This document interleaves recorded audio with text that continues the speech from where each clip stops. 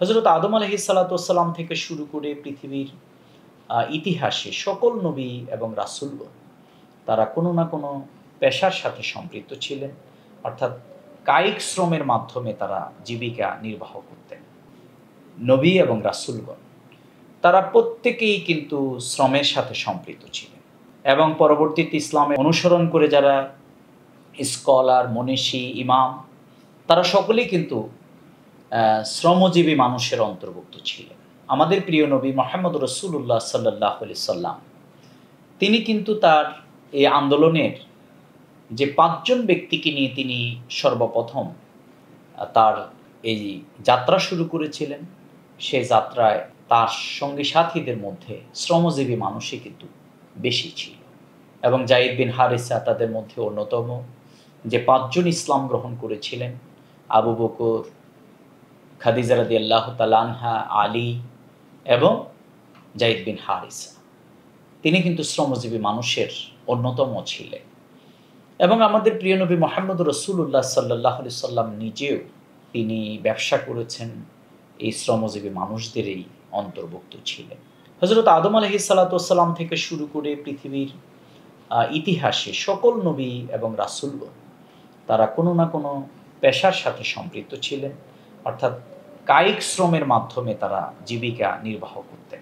আমাদের প্রিয় নবী মুহাম্মদ রাসূলুল্লাহ সাল্লাল্লাহু আলাইহি সাল্লাম বলেছেন, সেই ব্যক্তি সবচেয়ে উত্তম যে নিজের শ্রমের মাধ্যমে তার রিজিক আহরণ করে। আমরা যদি দেখি তাহলে দাউদ আলাইহিস সালাতু ওয়াস সালাম যিনি বর্ম তৈরি করতেন, হযরত ইদ্রিস আলাইহিস সালাতু ওয়াস সালাম তিনি দর্জি এবং কলম তৈরির কাজ করতেন। হযরত নূহ আলাইহিস সালাতু ওয়াস সালাম যিনি আল্লাহর হুকুমে একটি বিরাট জাহাজ তৈরি করেছিলেন এবং সেই জাহাজটা তিনি কাঠ দিয়ে তৈরি করেছিলেন আল্লাহর নির্দেশে, নূহের কিস্তি যেটিকে বলা হয়। হযরত ইউসুফ আলাইহিস সালাতু ওয়াস সালাম তার ভাইদের সাথে তিনি মেষ চড়াতেন, মাঠে যেতেন এবং তিনি কায়িক শ্রমের সাথে সম্পৃক্ত ছিলেন। হযরত মূসা আলাইহিস সালাতু ওয়াস সালাম তিনি কৃষি কাজ করেছেন দীর্ঘ 10টি বছর। আমাদের প্রিয় নবী মুহাম্মদ রাসূলুল্লাহ সাল্লাল্লাহু আলাইহি ওয়াসাল্লাম তিনিও কিন্তু মেষ চড়াতেন। আবু হুরায়রা রাদিয়াল্লাহু তাআলা আনহু তিনি দামেস্কের গভর্নরের দায়িত্ব পালন করেছেন এবং রাসূল করিম সাল্লাল্লাহু আলাইহি সাল্লামের জামানায় খুদাই তিনি মাটিতে কিন্তু গড়াগড়ি করতেন। হানাফি মাযহাবের অন্যতম স্কলার ইমাম আবু ইউসুফ এবং খলিফা হারুনুর রশিদ এদের আমলে যিনি চিফ জাস্টিসের দায়িত্ব পালন করেছিলেন এবং ইসলামের আয়কর ব্যবস্থার জন্য তিনি কিতাবুল খারাজ নামে একটি ইসলামী আইনের কিতাব রচনা করেছেন, যা বিশ্ববিখ্যাত গ্রন্থ হিসাবে আজও পরিচিত। তিনি কিন্তু জুতা সেলাই এবং দর্জির কাজ করতেন। সুতরাং আমরা এখানে যদি দেখি তাহলে এরকম অসংখ্য মানুষের আলোচনা করা যাবে যারা দিন প্রতিষ্ঠার এই আন্দোলনে ভূমিকার পাশাপাশি তাদের কায়িক শ্রমের মাধ্যমে, তাদের মেধার মাধ্যমে তারা শ্রমকে সমাজ বিনির্মাণের জন্যে তারা বিনিয়োগ করেছিলেন। সুতরাং আমরা এই দিক থেকে বলতে পারি যে সমাজ বিনির্মাণের জন্য শ্রমের কোনো বিকল্প নেই, একটি গড়ার জন্যে, কাজের জন্য।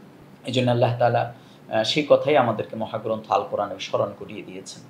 আউযু বিল্লাহি মিনাশ শাইতানির রাজিম, বিসমিল্লাহির রহমানির রহিম। ইন্নাল্লাহা লা ইউগাইয়িরু মা বিকাউমিন হাত্তা ইউগাইয়িরু মা বিআনফুসিহিম। Last is very important. আনফুসিহিম অর্থাৎ যারা নিজেদের পরিবর্তন যারা ঘটাতে চায়, নিজের পরিবর্তনের মাধ্যমে কিন্তু আমাদেরকে সূচনাটা আমাদেরকে করতে হবে। সমাজ বিনির্মাণের জন্যে আমাদেরকে কার্যকর ভূমিকা, ন্যায়নিষ্ঠা প্রতিষ্ঠার জন্যে আমাদেরকে গুরুত্বপূর্ণ ভূমিকা রাখতে হবে। আমাদের মেধার মাধ্যমে, আমাদের কায়িক শ্রমের মাধ্যমে আমরা সেই কাজটি করতে পারবো। এবং আমাদের প্রিয় নবী রাসূল করিম সাল্লাল্লাহু আলাইহি সাল্লাম যিনি অনেক প্রতিকূলতাকে মোকাবেলা করে তিনি হিজরত করেছিলেন এবং সেখানে সকল ধর্মের ব্যক্তির বসবাস ছিল, তাদেরকে পারস্পরিক সহযোগিতার মাধ্যমে একটি ট্রেড চুক্তি তিনি স্বাক্ষর করেছিলেন এবং ইসলামের ইতিহাসে সেটি সর্বপ্রথম ইসলামের রাষ্ট্র বিনির্মাণের প্রথম ধাপ হিসাবে আমরা বলতে পারি। সেই যুগে তিনি ইসলামকে উদারভাবে তার দাওয়াতকে সর্বত্র ছড়িয়ে দেওয়ার ক্ষেত্রে ভূমিকা পালন করেছিলেন এবং প্রাথমিক যুগের এই মক্কি জীবনের এই আন্দোলনে মুহাম্মদ রাসূলুল্লাহ সাল্লাল্লাহু আলাইহি সাল্লামের সাথে দাস, শ্রমিক এবং দরিদ্র শ্রেণীর মানুষেরাই কিন্তু সবচেয়ে বেশি সম্পৃক্ত হয়েছিল। এবং রাষ্ট্রীয়ভাবে যখন ইসলাম প্রতিষ্ঠিত হয়েছে তখন আল্লাহ রাসূল সাল্লাল্লাহু আলাইহি সাল্লাম এই গরিব শ্রেণীর মানুষকে কিন্তু ভুলে যান নাই। তিনি মক্কায় বাইতুল্লাহ প্রবেশ করার সময় তিনি কিন্তু সেই শ্রমিকদেরকে নিয়ে বাইতুল্লাহ প্রবেশ করেছেন। সুবহানাল্লাহ। এবং আমরা দেখতে পাই যে অনেক বড় বড় ধনী মানুষেরা এর মধ্যে ইসলামের পতাকা তলে শামিল হয়েছেন, কিন্তু আল্লাহ রাসূল সাল্লাল্লাহু আলাইহি সাল্লাম গভর্নরের দায়িত্ব, কাজীর দায়িত্ব, সেনাপতির দায়িত্ব এই শ্রমিক এবং দাস, দরিদ্র শ্রেণী যারা বলতে আমরা যাদেরকে বুঝাই, সে বেলাল, খাব্বাব, খুবাইবদেরকে আল্লাহ রাসূল সাল্লাল্লাহু আলাইহি সাল্লাম দিয়েছিলেন। সুতরাং যুগে যুগে আমরা যদি দেখি তাহলে এই মনীষীরা ইসলামকে প্রতিষ্ঠা করবার এই ঐতিহাসিক ভূমিকার সাথে সাথে তারা তাদের কায়িক শ্রমের মাধ্যমে, মেধার মাধ্যমে তারা এখানে ইসলামের সমাজ বিনির্মাণের জন্য তারা ভূমিকা রেখেছেন।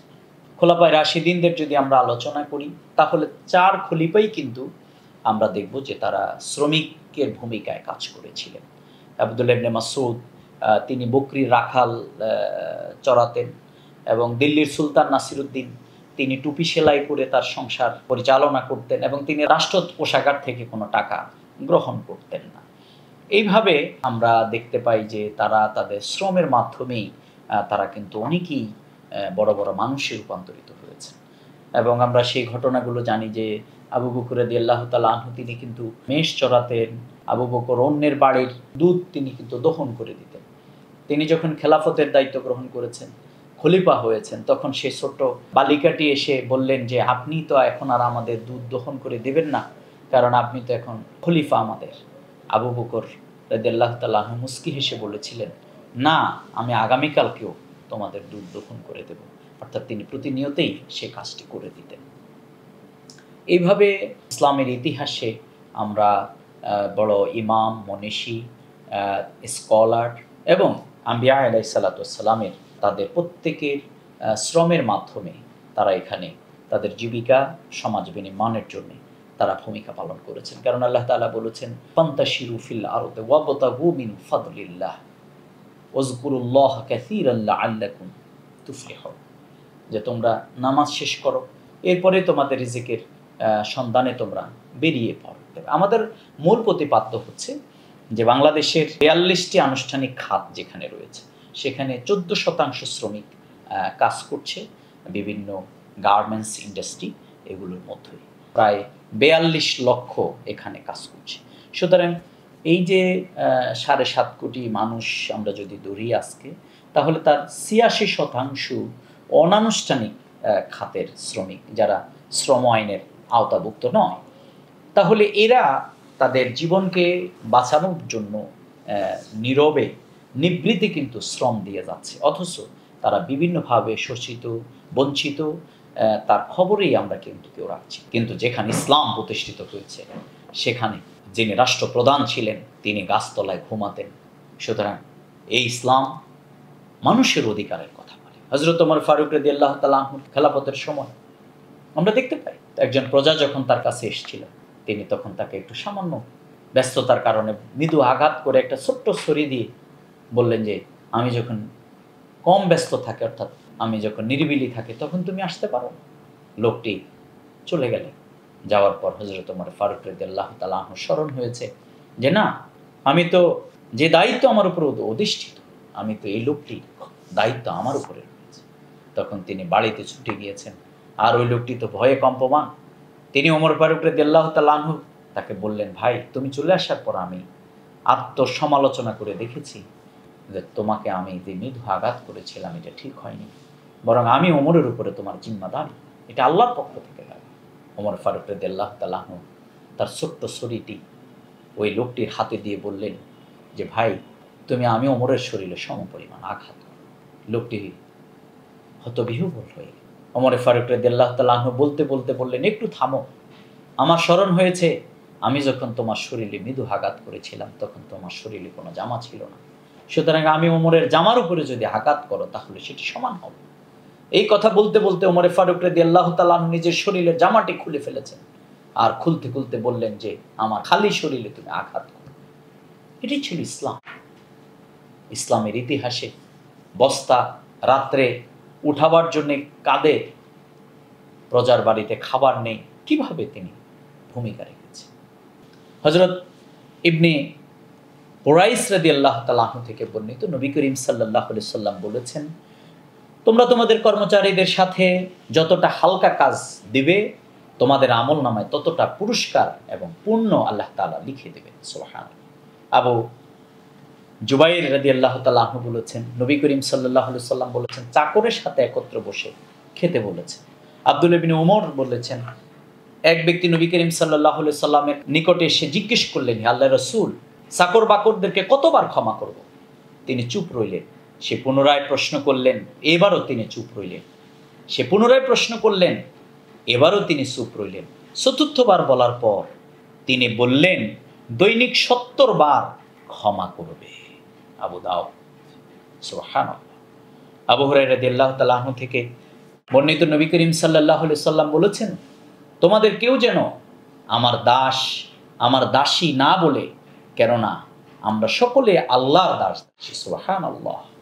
আমরা অনেক সময় বলি আমার চাকর, আমার পিএস, আমার দাস, এগুলো আমরা শব্দ উচ্চারণ করি।